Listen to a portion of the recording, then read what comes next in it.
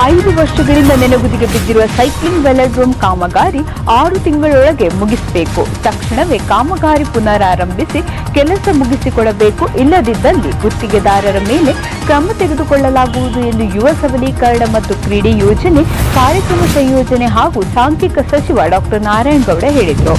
ವಿಜಯಪುರ ನಗರದಲ್ಲಿರುವ cycling velodrome ಕಾಮಗಾರಿ ಪರಿಶೀಲಿಸಿದ ಸಚಿವರು ಗುತ್ತಿಗೆದಾರರ ವಿರುದ್ಧ ಅಸಮಾಧಾನ ವ್ಯಕ್ತಪಡಿಸಿದರು.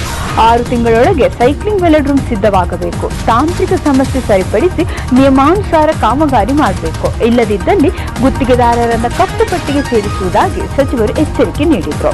ಇದಕ್ಕೂ ಮುನ್ನ ಸಚಿವರು ಸೈಕ್ಲಿಸ್ಟ್ಗಳನ್ನು ಭೇಟಿ ಮಾಡಿದರು. ಇಲಾಖೆಯಿಂದ ನೀಡುತ್ತಿರುವ ಕ್ರೀಡಾ ಸೌಲಭ್ಯ ಸರಿಯಾಗಿ ತಲುಪುತ್ತಿದೆಯೇ ಎಂದು ಮಾಹಿತಿ ಪಡೆದರು.